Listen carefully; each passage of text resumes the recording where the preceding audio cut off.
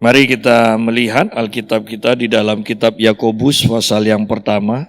Kitab Yakobus pasal yang pertama.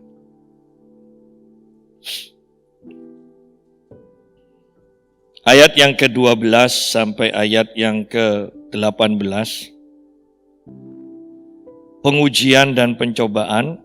Berbahagialah orang yang bertahan dalam pencobaan, sebab apabila ia sudah tahan uji, ia akan menerima mahkota kehidupan yang dijanjikan Allah kepada barang siapa yang mengasihi Dia. Apabila seorang dicobai, janganlah ia berkata pencobaan ini datang dari Allah, sebab Allah tidak dapat dicobai oleh yang jahat, dan ia sendiri tidak mencobai siapapun. Tetapi tiap-tiap orang dicobai oleh keinginannya sendiri karena ia diseret dan dipikat olehnya. Dan apabila keinginan itu telah dibuahi, ia melahirkan dosa. Dan apabila dosa itu sudah matang, ia melahirkan maut. Kita berhenti sampai sini dulu, nanti kita akan lanjutkan sampai ayat yang ke-18. Nah, Yakobus mengatakan berbahagialah atau diberkatilah orang yang bertahan dalam pencobaan. Bertahan atau bertekun dalam pencobaan. Dikatakan, sebab apabila ia sudah tahan uji, ia akan menerima mahkota kehidupan yang dijanjikan Allah kepada barang siapa yang mengasihi Dia. Bahwa setiap orang yang percaya mendapatkan janji bahwa mereka akan menerima mahkota kehidupan. Tetapi yang harus kita perhatikan, yang namanya janji berarti diberikan setelah, ya. Janji itu diberikan setelah. Nah, di sini dikatakan bahwa kalau kita bertekun, bertahan dalam pencobaan, kita terus bertahan, kita terbukti sudah tahan uji, maka kita akan menerima mahkota kehidupan. Dan mahkota kehidupan ini diterima ketika kita sudah bertemu dengan Tuhan. Berarti bahwa mahkota kehidupan ini tidak akan kita terima sampai kita mengalami kematian dan bertemu dengan Tuhan. Kalau begitu, maka tugas kita adalah menyelesaikan kehidupan kita dengan baik, membuktikan sampai pada akhirnya kita tahan uji. Dan ujian demi ujian yang kita lalui itu tentunya berbagai macam. Karena yang diinginkan Tuhan adalah kita itu sempurna. Oleh karena itu namanya sempurna, tentunya dari segala bidang kita akan diuji. Baru akan kedapatan sempurna. Oleh karena itu, beberapa waktu yang lalu saya katakan, seseorang kalau mau menjalani kehidupan kekristenan yang sesungguhnya, itu tidak mudah. Di sini dikatakan berbahagialah, diberkatilah orang yang bertahan dalam pencobaan. Sebab apabila ia sudah tahan uji, bertahan dan terbukti sudah tahan uji. Ya. Banyak orang yang menyerah ketika ujian datang. Banyak orang yang berhenti di tengah jalan. Bahkan saya percaya ke depannya ujian demi ujian itu akan semakin berat. Dan bukankah kita juga sekarang kalau kita mau jujur, kita semua mengalami ujian. Baik menghadapi virus COVID-19 ataupun dalam masalah keuangan, ataupun masalah-masalah yang lain, semuanya mengalami ujian. Dan pertanyaannya kembali, apakah kita akan menyelesaikannya dengan baik? Ini keputusan kita. Ketika keputusan kita sudah dibuat, baru Tuhan akan menolong kita. Ya. Ingat, keputusannya itu dari kita. Tuhan hanya menopang, Tuhan hanya menolong supaya tujuan kita tercapai. Atau kalau itu tidak sesuai, bertentangan dengan keinginan Tuhan, maka Tuhan membiarkan supaya keinginan kita pun tercapai. Ya. Banyak orang yang selalu mengatakan begini kadang,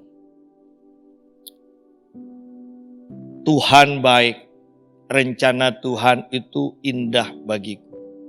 Pertanyaannya, rencana yang mana? Seringkali saya menangkap orang yang mengatakan rencana Tuhan, kehendak Tuhan yang terjadi. Seringkali orang seperti itu tidak pernah atau jarang membaca Alkitab, apalagi menghafal. Ya. Adalah lucu kalau kita mengatakan biarlah kehendak Tuhan yang terjadi. Kemudian berandai-andai, kalau Tuhan tanya, kehendakku yang mana anakku? Oh iya Tuhan, tunggu saya cari dulu Tuhan. Akan lucu. Tetapi kebenarannya memang seperti ini. Banyak orang yang mengatakan kehendak Tuhan terjadilah, tetapi tidak tahu kehendak yang mana. Ya. Oleh karena itu kembali tugas kita adalah mempelajari sungguh-sungguh firman Tuhan yang merupakan kehendak Tuhan, yang merupakan janji-janji Tuhan. Tanpa kita mempunyai saat teduh, membaca firman, merenungkan firman, maka kita tidak akan tahu rencana Tuhan yang apa, yang bagaimana, yang akan digenapi dalam kehidupan kita. Nah, ujian-ujian itu sangat berat, sehingga kita sungguh butuh pertolongan Tuhan. Tetapi, mari kita lihat bagian terakhir dari ayat yang ke-12 ini. Ia akan menerima mahkota kehidupan yang dijanjikan Allah kepada barang siapa yang mengasihi Dia. Ingat, janji Tuhan itu hanya diberikan kepada orang yang mengasihi Dia. Bukan kepada semua orang yang punya KTP Kristen, bukan. Bahkan bukan semua orang yang melayani. Tetapi syaratnya adalah mengasihi Tuhan. Karena banyak orang melayani Tuhan, ini melayani Tuhan saja, itu hanya untuk mencukupi kehidupannya, untuk nafkahnya, bukan dengan dasar mengasihi Tuhan. Nah, untuk mengasihi berarti, saya selalu katakan, saya tidak akan bosan-bosan mengatakan ini, untuk mengasihi, Anda harus bergaul dengan pribadi itu. Bukan kebetulan Rasul Yohanes yang disebut Rasul Kasih, yang paling dikasihi Tuhan, dalam suratan Yohanes pembukaannya, dia mengatakan begini, bahwa ini dari Tuhan yang aku pegang, yang aku dengar, yang aku lihat. Berarti itu nyata. Nah, banyak orang Kristen yang tidak diperhadapkan, bahkan pendeta yang tidak diperhadapkan berhadapan langsung dengan Tuhan. Tanpa kehadiran Tuhan itu nyata dalam kehidupan kita, maka kita sepenuhnya tidak akan pernah bisa mengasihi Tuhan. Karena kata mengasihi itu berarti pribadi dengan pribadi. Bagaimana bisa kita mengasihi pribadi yang tidak pernah bisa kita lihat, tidak pernah kita dengar, tidak pernah kita raba? Bukankah Allah itu nyata? Bukan sebuah cerita. Allah itu nyata. Dia pribadi. Saya mau kita semua mencari Tuhan sampai bertemu dengan pribadi itu. Bukan hanya sekedar beragama Kristen. Bukan.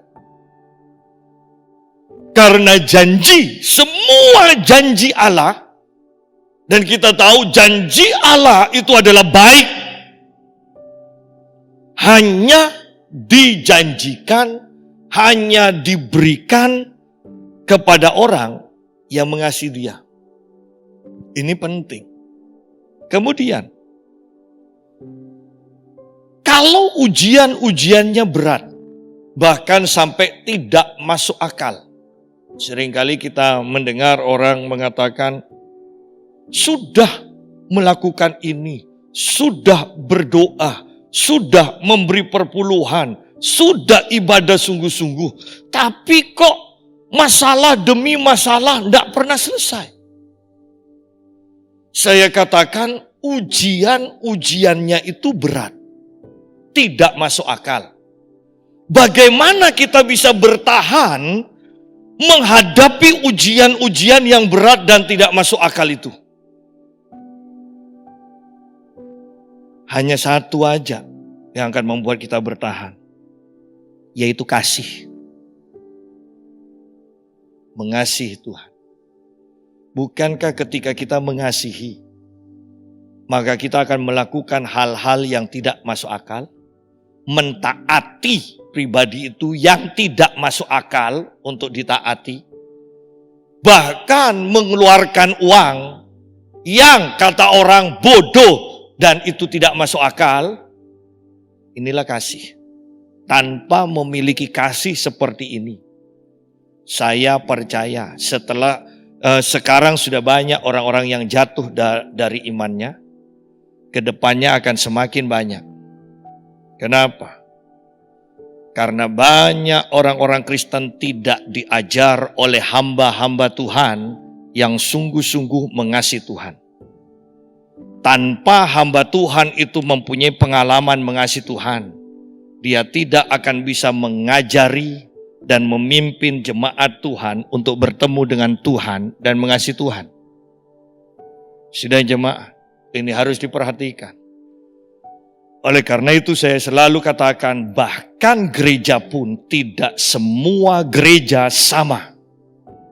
Ingat itu, bahwa tugas kita adalah bertemu langsung dengan Tuhan. Sehingga kita bisa sungguh-sungguh mengasihi Tuhan.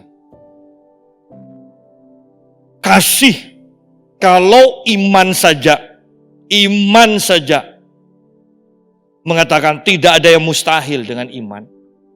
Dan Alkitab mengatakan dari ketiga hal itu, iman, pengharapan, dan kasih, yang terbesar adalah kasih. Anda bisa membayangkan kekuatan kasih ini? Seorang ibu rela tidak makan demi anaknya. Karena apa? Karena kasih. Orang tua rela mati demi anaknya. Karena apa? Karena kasih. Seorang pacar rela hujan-hujan untuk pergi ke rumah pacarnya. Karena apa? Karena kasih. Tanpa kasih, pacarnya bisa aja mengatakan hujan, nanti selesai hujan aja.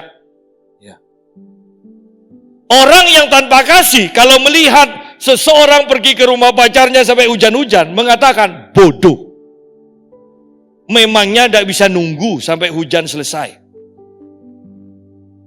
Oleh karena itu, banyak orang akan merasa heran nantinya, bahkan mengecam ketika melihat orang-orang Kristen rela menderita demi Tuhan, rela menjadi miskin demi Tuhan, rela bekerja tanpa pamrih bagi Tuhan. Mereka akan merasa heran. Tetapi kita yang digerakkan oleh kasih tahu dengan pasti apa yang kita lakukan. Bahkan seandainya di sini kita tidak mendapat upah, kita sudah tahu. Karena memang yang paling penting adalah mahkota kehidupan yang disediakan di kekekalan. Itu yang terpenting. Itu tujuan utama kita. Ingat, ini adalah tujuan utama kita, mahkota kehidupan. Setelah kita mengalami kematian atau ketika kita bertemu dengan Tuhan. Banyak orang yang mau menukar mahkota kehidupan, itu masih lama, nanti. Maunya diambil sekarang, ya. Maunya diambil sekarang. Deposito aja kalau belum jatuh tempo diambil, Anda tidak dapat banyak. Ya. Banyak orang Kristen yang puas, bahkan hamba-hamba Tuhan yang puas dengan kekayaan yang didapatkan di masa sekarang. Sampai rela meninggalkan mahkota kehidupan yang menjadi janji utama dari Tuhan.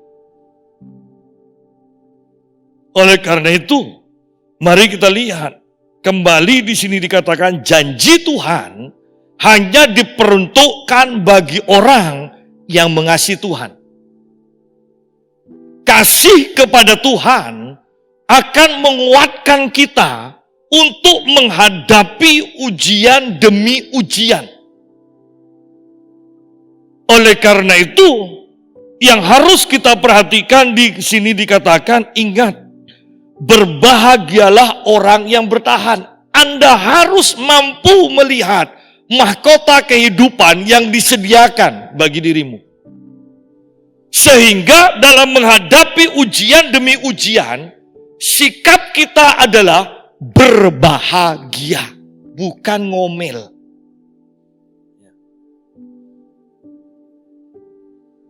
Ayat yang ke-13. Apabila seorang dicobai, janganlah ia berkata, pencobaan ini datang dari Allah. Sebab Allah tidak dapat dicobai oleh yang jahat dan ia sendiri tidak mencobai siapapun.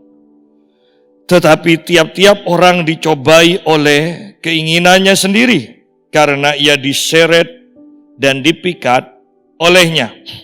Nah, di sini kita harus sungguh-sungguh mengenal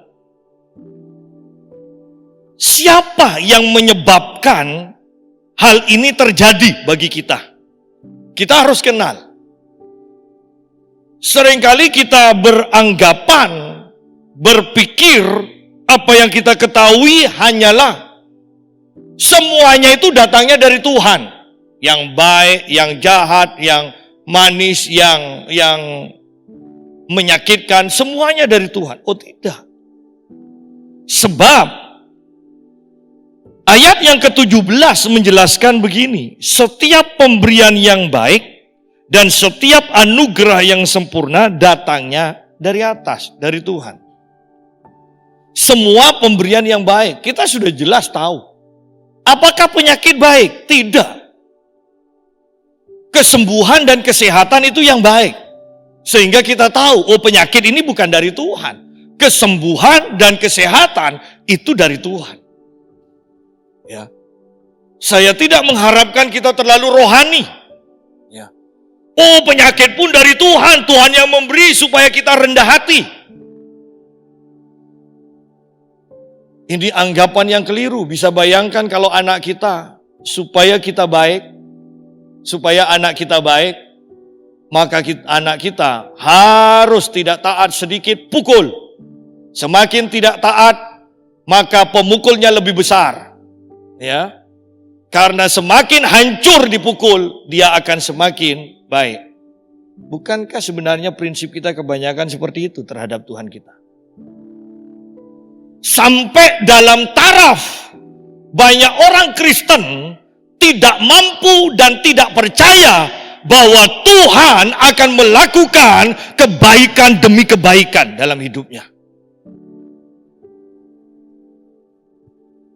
Sehingga sebuah gereja, organisasi gereja mempunyai dan harus menerapkan bagi pendetanya janji kemiskinan, baru dia akan disahkan jadi hamba Tuhan.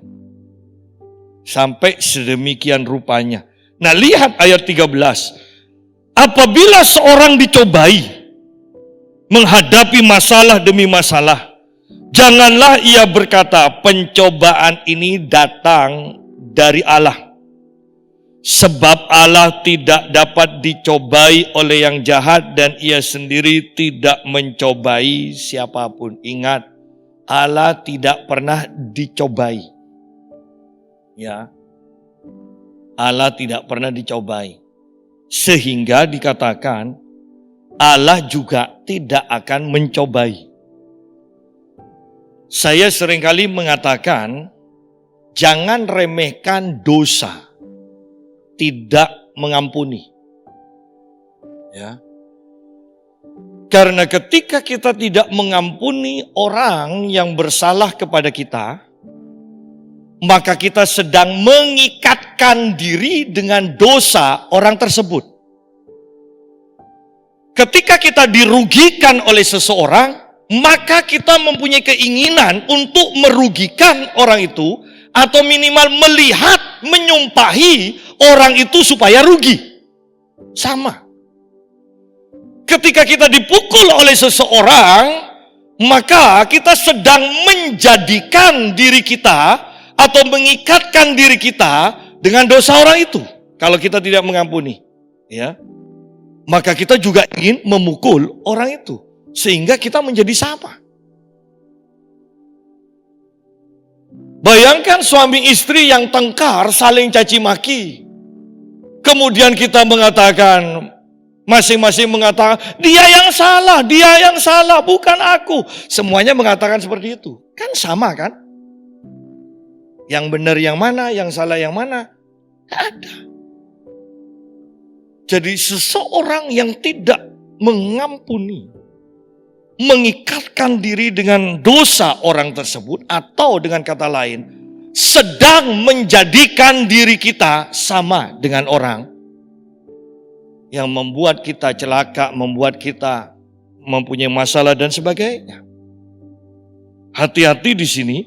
Nah, Allah tidak pernah bisa dicobai oleh si jahat, sehingga dia juga tidak ada keinginan sedikit pun untuk mencobai kita.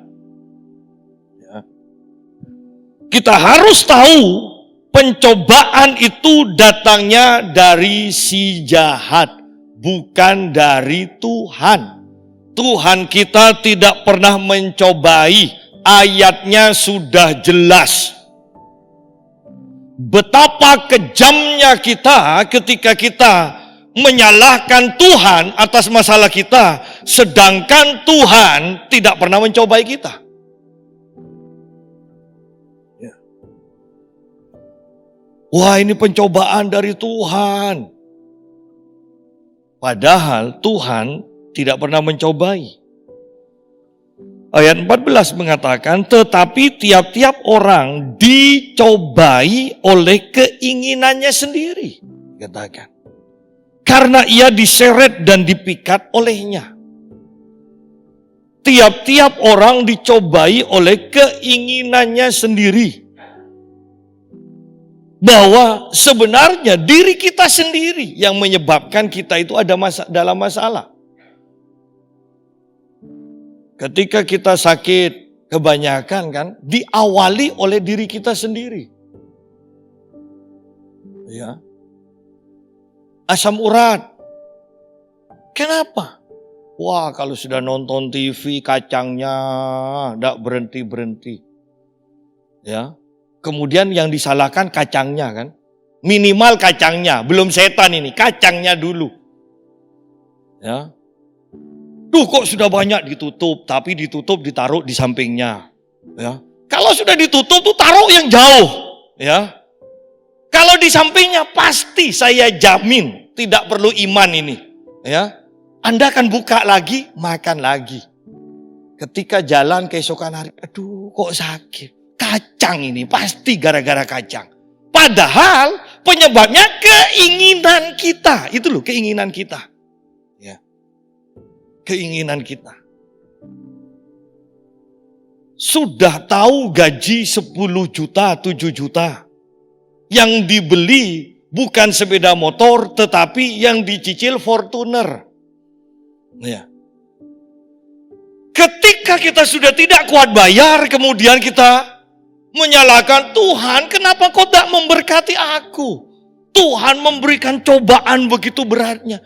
Bukan. Keinginan kita, itu loh yang mencobai kita. Jadi kita lihat di sini bahwa masing-masing atau tiap orang dicobai oleh keinginannya sendiri. Pemazmur mengatakan begini. Mazmur 131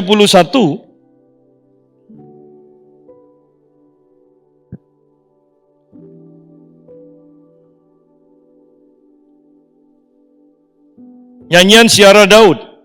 Tuhan, aku tidak tinggi hati dan tidak memandang dengan sombong. Aku tidak mengejar hal-hal yang terlalu besar atau hal-hal yang terlalu ajaib.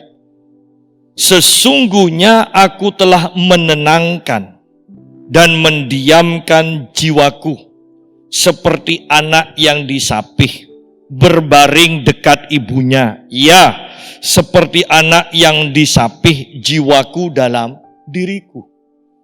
Pemazmur mengatakan bahwa dia sendiri itu menenangkan dirinya, harus menguasai jiwanya, dikatakan.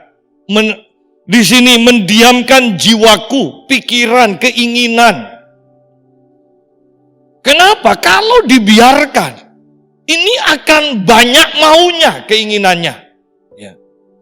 Apalagi pemazmur ini adalah seorang raja, Daud. Jelas di sini dikatakan nyanyian Siara Daud.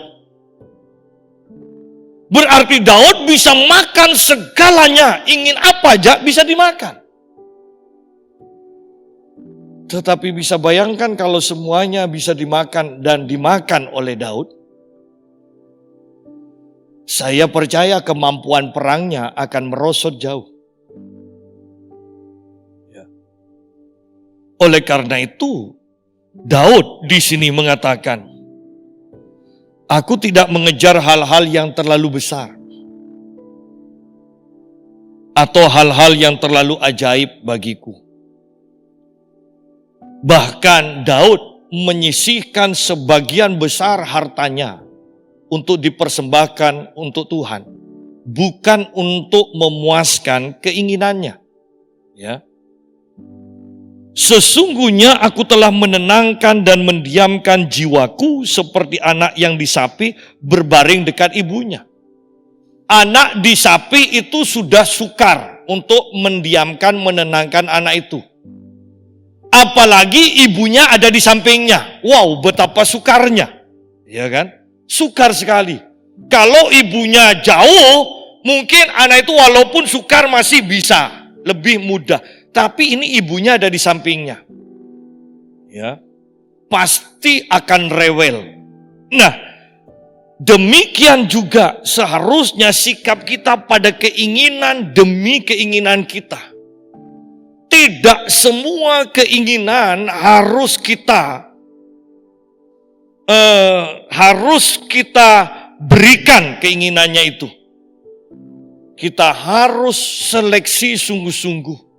Keinginan ini akan menyebabkan dosa atau tidak? Keinginan ini akan mendatangkan penderitaan atau tidak? Dan walaupun ingin, kalau sudah tahu ini tidak benar, jangan dilakukan. Tidak mudah? Iya, tidak mudah. Karena Daud pun mengumpamakan ini seperti anak yang disapih. Ya.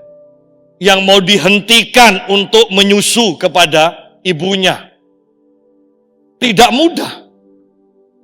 Tidak mudah.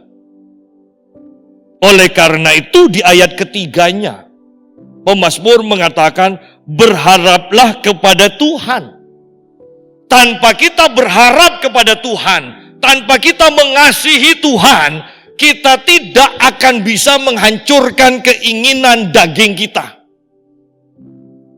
Padahal yang lebih utama tujuan iman kita adalah daging dihancurkan, manusia roh dimunculkan sesuai dengan suratan Paulus kepada jemaat Korintus. Ini tujuan utamanya. Tetapi banyak orang Kristen, mereka memupuk dagingnya semakin kuat, dan semakin kuat. Sedangkan manusia rohnya semakin lemah, atau saya bisa katakan manusia rohnya tidak berfungsi sama sekali. Sehingga orang-orang Kristen kebanyakan sakit sedikit datang cari pendeta. Ya kalau pendetanya benar untuk didoakan. Ada masalah sedikit, jalan buntu, cari hamba Tuhan yang bisa bernubuat. Iya kalau nubuatannya benar. Iya kalau hamba Tuhannya hidup kudus. Memangnya penumpangan tangan itu sederhana. Penumpangan tangan itu memberikan apa yang ada pada hamba Tuhan itu kepada orang yang ditumpang tangan. Ketika hamba Tuhan itu hidup dalam perjinahan, hidup dalam keserakahan, hamba Tuhan itu tumpang tangan, maka engkau akan menjadi orang yang serakah. Engkau akan menjadi pejinah kalau hamba Tuhan itu juga hidup dalam perjinahan. Sehingga yang utama yang harus kita perhatikan adalah pelajari firman Tuhan sungguh-sungguh. Karena firman Tuhan ini mampu menciptakan keadaan. Firman Tuhan ini mampu menciptakan apa yang kau butuhkan. Dan firman Tuhan ini juga yang akan menopang. Sehingga apa yang engkau sudah dapatkan itu akan tetap bertahan. Karena firman Tuhan yang menopangnya. Ketika engkau mempercayai bahwa kesehatan itu dari Tuhan sesuai dengan firman Tuhan. Maka firman Tuhan itu akan menciptakan tubuhmu sehat. Dan mau menghadapi apapun juga, bahkan di tengah-tengah COVID-19. Firman Tuhan akan menopang tubuhmu tetap sehat. Sidang jemaat, sungguh kita harus berharap kepada Tuhan. Mari kembali kepada kitab Yakobus. Ingat, kita harus menyadari pencobaan ini datangnya dari siapa? Sumbernya dari mana? Bukan dari Tuhan, tetapi dari keinginan kita sendiri. Dan ketika keinginan kita tidak kita kendalikan, maka si jahat akan menumpangi keinginan kita. Seperti yang saya katakan, seringkali saya contohkan. Orang merokok biasanya itu atas keinginannya sendiri. Kalau atas keinginannya sendiri, bukankah seharusnya dia ingin merokok, dia seharusnya juga bisa berhenti kapan aja. Tetapi ketika keinginan ini terus dilakukan, sampai dalam taraf, ketika orang mengatakan berhentilah rokok, dan orang itu akan mengatakan, saya sih maunya berhenti, tapi tidak bisa berhenti. Berarti kalau sudah sampai di sana, ingat, ada roh jahat yang menumpangi keinginan kita itu. Sehingga kita pada akhirnya tidak berdaya. Hati-hati dengan kebiasaan-kebiasaan yang tidak baik, tidak benar. Karena roh jahat di sana akan menumpanginya nanti. Orang yang suka makan, coba lihat. Nanti sampai dalam taraf, ketika disuruh ngurangi makan, mereka katakan tidak bisa. Kalau saya ngurangi makan, saya tidak bisa tidur. Kenapa? Kok bisa seperti itu? Karena roh jahat sudah ada di sana. Anda kalau orang yang sudah tidak bisa berhenti, tidak bisa menahan dirinya untuk tidak makan dan semakin banyak makannya, coba tumpang tangan, usir roh kerakusan, orang itu pasti manifest. Oleh karena itu, mari kita sungguh-sungguh memperhatikan keinginan kita. Apakah keinginan ini sesuai dengan kehendak Tuhan? Apakah keinginan ini harus terjadi dalam kehidupan kita? Atau sekedar keinginan yang akan menjerumuskan kita, yang harus bisa kita tahan dengan cara berharap pada Tuhan, fokus kepada Tuhan, bukan pada keinginan. Karena ketika keinginan yang bukan dari Tuhan, keinginan daging ini dibiarkan, maka ini bukan berhenti setelah dipuaskan, tetapi ini akan semakin besar keinginannya untuk dipuaskan lagi, dipuaskan lagi, dipuaskan lagi. Ayat 15, dan apabila keinginan itu telah dibuahi, ia melahirkan dosa. Dan apabila dosa itu sudah matang, ia melahirkan maut. Jelas bahwa keinginan yang tidak dikontrol itu akan membuat kita melakukan dosa. Dan ketika dosa dilakukan, akhirnya adalah kita mengalami maut. Jelas, ya, jelas. Kalau mau sederhananya, keinginan yang tidak dikontrol akan mengakibatkan kehancuran, mengakibatkan kita melakukan dosa, dan akibatnya nanti kita masuk ke neraka. Itu sederhananya seperti itu. Nah, ayat yang ke-16. Saudara-saudara yang kukasihi, janganlah sesat. Janganlah sesat. Di atas kita sudah tahu bahwa banyak orang yang mengharapkan janji Tuhan sekarang, janji yang utama yaitu mahkota kehidupan. Ketika kita mengharapkan janji Tuhan tanpa ujian, maka sebenarnya kita sudah disesatkan. Ya. Karena di sini dikatakan jangan sesat. Ketika kita berpikir bahwa kita dicobai mengalami banyak masalah itu karena dari Tuhan, maka kita sudah disesatkan. Kita harus menyadari bahwa masalah demi masalah, ujian demi ujian itu terjadi karena keinginan kita. Ya. Keinginan kita yang tidak kita kontrol, yang kita tidak kuasai. Kemudian kesesatan terjadi ketika kita tidak menyadari bahwa Tuhan hanya memberikan yang baik. Di sini dikatakan, saudara-saudara yang kukasihi, janganlah sesat. Setiap pemberian yang baik dan setiap anugerah yang sempurna datangnya dari atas. Ya. Diturunkan dari Bapa segala terang. Padanya tidak ada perubahan atau bayangan karena pertukaran. Jelas semua yang baik datangnya dari atas. Sekarang bahkan orang Kristen pun banyak yang aneh. Seseorang bertanya pada saya dari Surabaya. Dia bertanya, Pak Yusa, sudah divaksin? Sudah. Loh Pak, ada hamba Tuhan, dia sebut nama. Hamba Tuhan yang terkenal. Katanya kalau divaksin itu kita tidak akan mengalami pengangkatan, Pak. Ya. Saya tidak percaya, saya katakan. Antikrisnya, pemimpin antikrisnya aja belum muncul.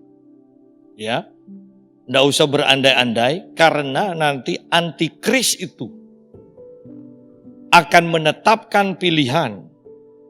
Kamu mau ikut aku, bisa berdagang segalanya. Kalau kamu menyangkal Tuhan Yesus dan ikut aku, maka kamu dicap dan mengalami kebebasan. Pasti soal iman itu bukan karena kita ditipu ya dengan antikris, tetapi itu berdasarkan keinginan kita sendiri, ketetapan kita. Mau percaya ikut Tuhan Yesus dengan penderitaannya, ataukah ikut antikris dengan segala kebebasan yang dijanjikan oleh antikris. Kalau sekarang Anda perhatikan, vaksin dan virus COVID mana yang baik? Seandainya tidak divaksin semua orang Kristen, berarti nantinya orang Kristen tidak boleh ibadah. Jadi betapa mengerikan pernyataan yang disebut hamba Tuhan yang mengatakan jangan divaksin. Dan luar biasanya, dia mengatakan orang yang divaksin tidak akan mengalami pengangkatan.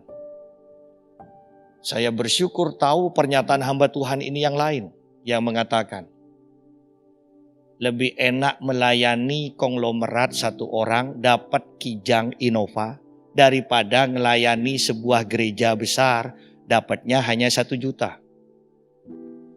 Sehingga dengan pernyataan yang sudah saya tahu dari hamba Tuhan ini, dan hamba Tuhan ini mengatakan bahwa orang yang divaksin tidak akan mengalami pengangkatan, sudahlah saya milih divaksin. Sidang jemaat, perhatikan di sini bahwa Anda harus sungguh tahu mana yang dari Tuhan, mana yang bukan dari Tuhan. Karena kalau yang bukan dari Tuhan Anda katakan itu bukan dari Tuhan, Anda katakan dari Tuhan, Anda sesat. Kalau yang dari Tuhan Anda katakan dari setan, Anda sesat. Oleh karena itu di akhir zaman yang kita butuhkan adalah pergaulan intim dengan Tuhan, sehingga Anda akan mempunyai karunia membedakan roh, atau Anda dengan kata lain Anda punya kepekaan untuk membedakan. Bahkan kalau Anda peka mendengar hamba Tuhan berkhotbah pun ajarannya baik, tapi kadang kita kan bisa nangkap gini, tapi kok tidak enak ya? Kok tidak enak terimanya? Ini loh kepekaan.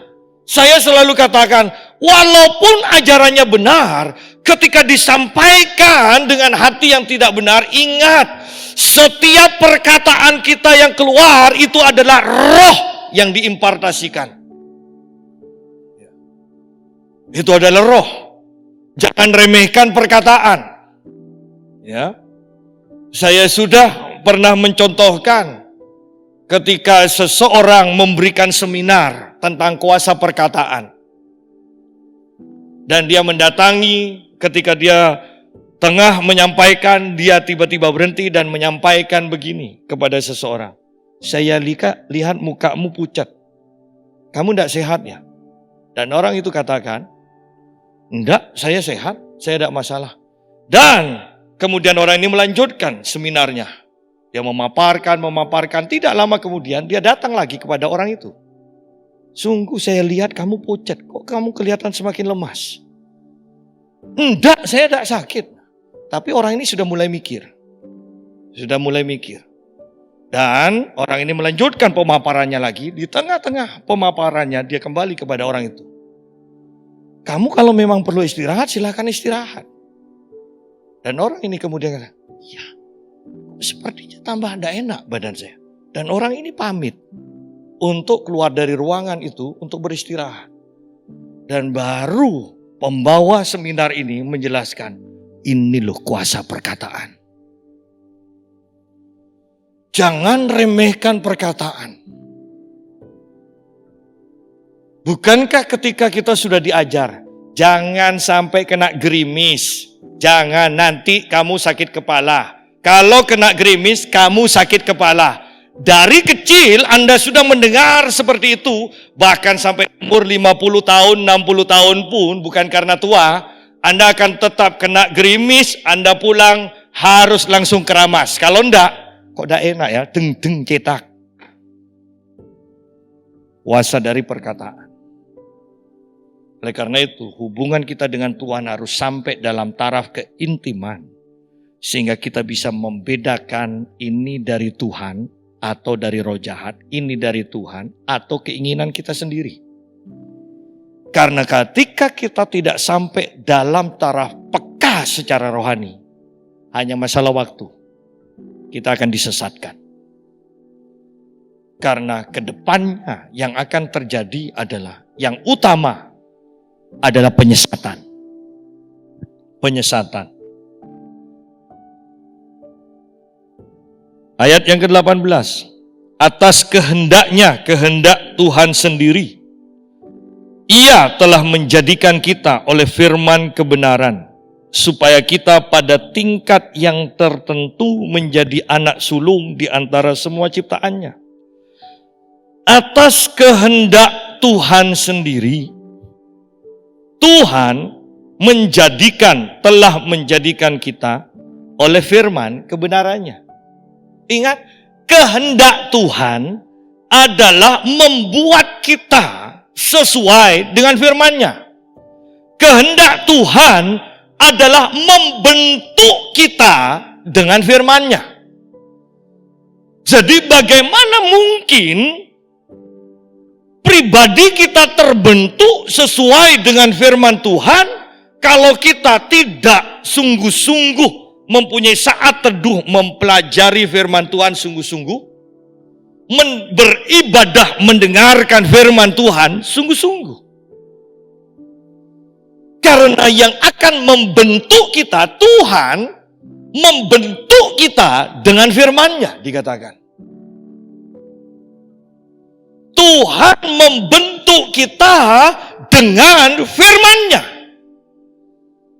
Kalau kita tidak menyediakan waktu yang banyak untuk mempelajari firman Tuhan, maka kita tidak akan pernah bisa terbentuk sesuai dengan keinginan Tuhan. Ya.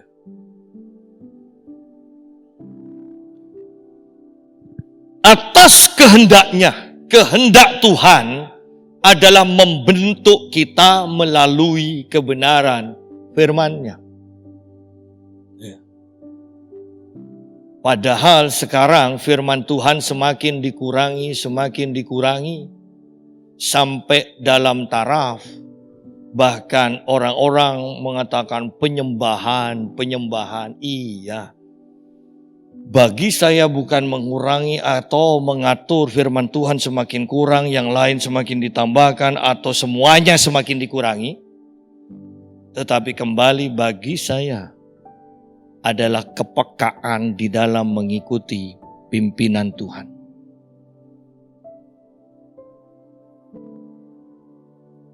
Atas kehendaknya sendiri Tuhan telah menjadikan kita oleh firman kebenarannya, supaya kita pada tingkat yang tertentu menjadi anak sulung di antara semua ciptaannya. Ini keinginan Tuhan. Bahwa Tuhan bukan sekedar akan memberi sama rata. Keinginan Tuhan, ayo aku mau membentuk engkau supaya engkau mendapatkan bukan sama rata semua yang baik itu, tetapi engkau mendapatkan 2 kali ganda. Anak sulung berbicara tentang warisan 2 kali ganda dibandingkan anak yang lain. Ya. Jadi kalau sudah Anda membaca anak sulung, berarti itu berkat warisan 2 kali ganda dibandingkan anak yang lain.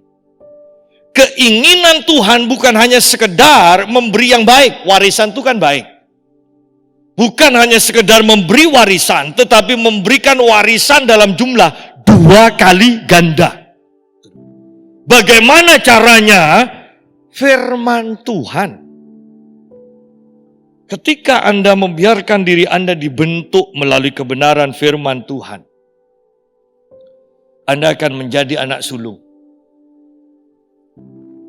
Sayang sekali, bahkan jangan-jangan ada orang Kristen yang tidak tahu Yohanes 3 ayat 16. Yohanes 1, ya. Yohanes 1 ayat 12. Itu ayat-ayat penting. Kalau hal seperti itu aja tidak tahu, bagaimana bisa kita mau katakan, aku dibentuk oleh firman Tuhan. Karena keinginan Tuhan, Tuhan yang baik, membentuk kita, supaya kita mendapatkan 2 kali ganda di antara semua ciptaannya. Maksudnya apa? Ketika kita mendapatkan 2 kali ganda, maka kita akan menjadi saksi bagi kemuliaan nama Tuhan. Tuhan memberkati.